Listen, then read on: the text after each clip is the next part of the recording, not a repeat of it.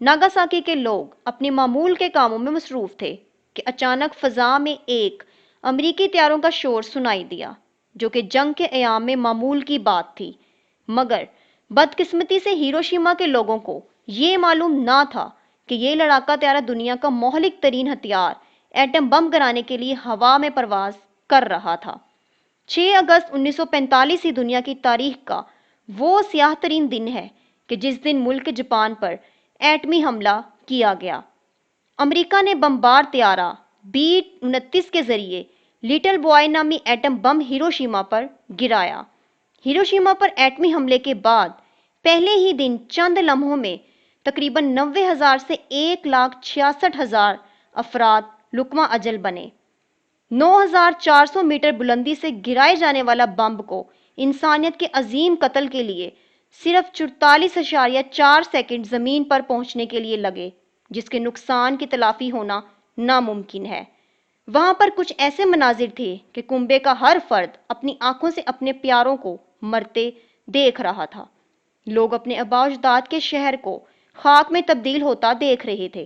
جو زخمی افراد تھے ان کے لیے نہ تو کوئی ہسپتال بچا اور نہ ہی آرام گاہ، بلکہ وہ زمین میں کھلے آسمان تلے لیٹنے پر مجبور تھے۔ کوئی مسیحا ان کی تیمار داری اور دیکھ بھال کے لیے باقی نہ بچا تھا۔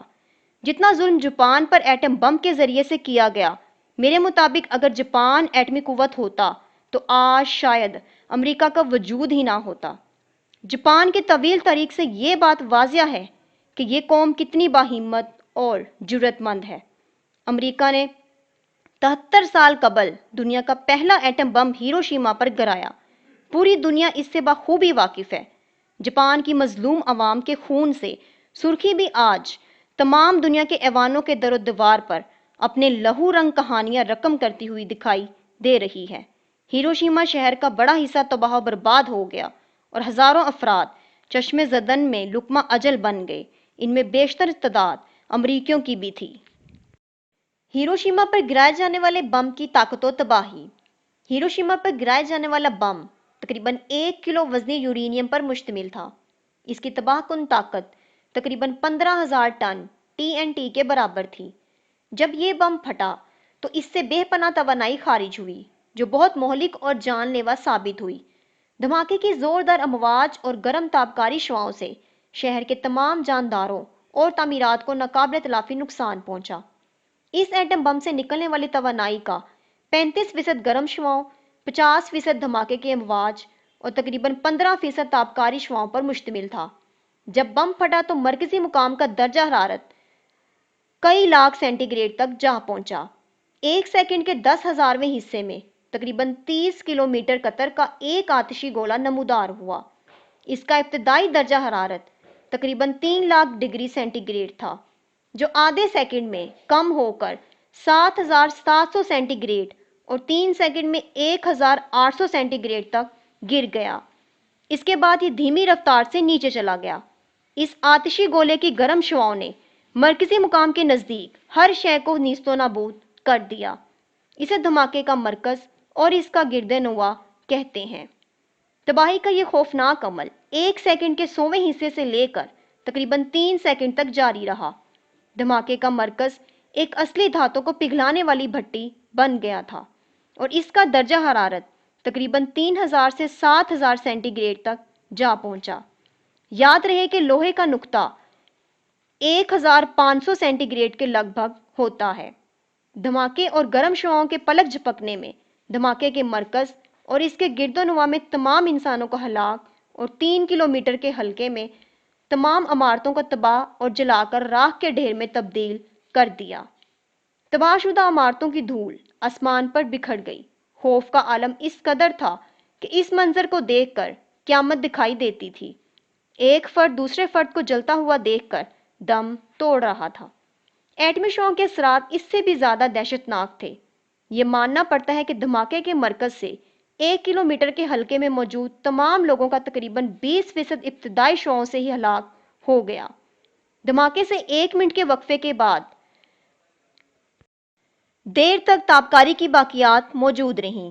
اپنے کھوئے ہوئے خاندانوں، رشتہ داروں اور دوستوں کی تلاش میں سرگرداں یا امدادی کاموں میں مصروف کئی افراد جو دیر تک دھماکے کے مرکز کے نزدیک رہے، انہوں نے بھی اپنے آپ کو بھاری تابکاری کے اثرات کے خطرے میں ڈال دیا تھا۔ ہیروشیما اور ناگاساکی میں متاثرین اور ہلاکتوں کی تعداد۔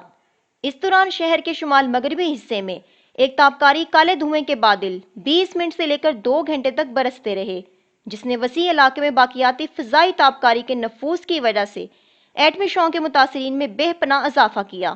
ایک اندازے کے مطابق 1945 کے آخر تک اس ایٹم بم کے نتیجے میں ہلاک ہونے والوں کی تعداد 1,60,000 کے لگ بھگ تھی اور ناگاساکی میں ہلاکتوں کی تعداد 60,000 سے 1,00,000 تک تھی۔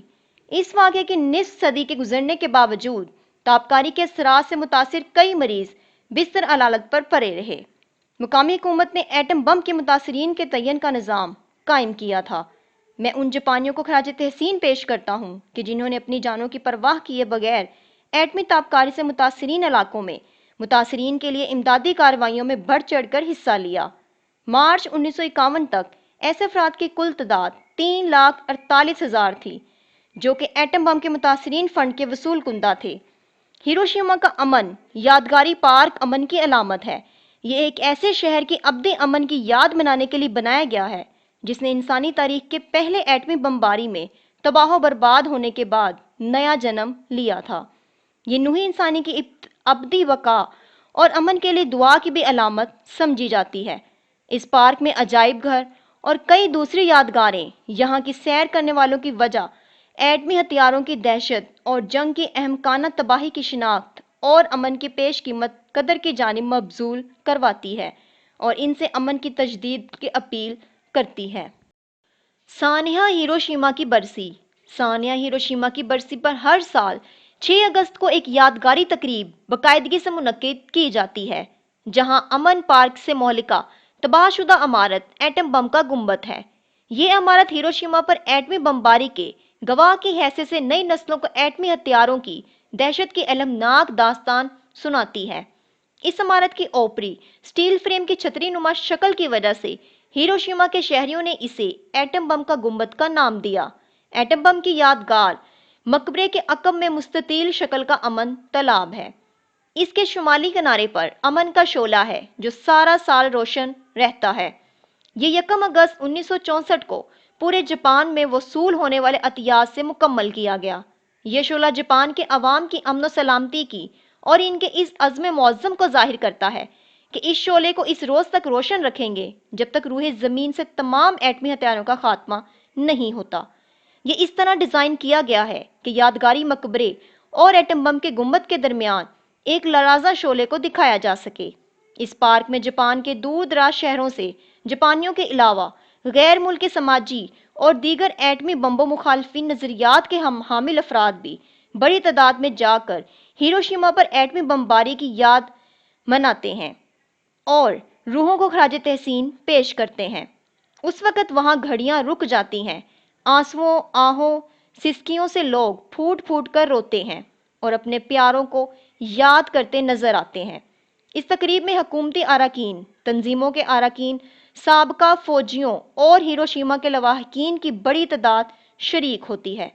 پارک میں موجود ہجوم 1 منٹ کے لیے خاموشی اختیار کرتا ہے اور وہاں گلدستوں کا ڈھیر لگ جاتا ہے۔ ہیروشیما میں اس روایت کے ساتھ دنیا کو ایٹمی ہتھیاروں سے پاک کرنے اور پائیدار امن کے لیے تجدید عہد کیا جاتا ہے۔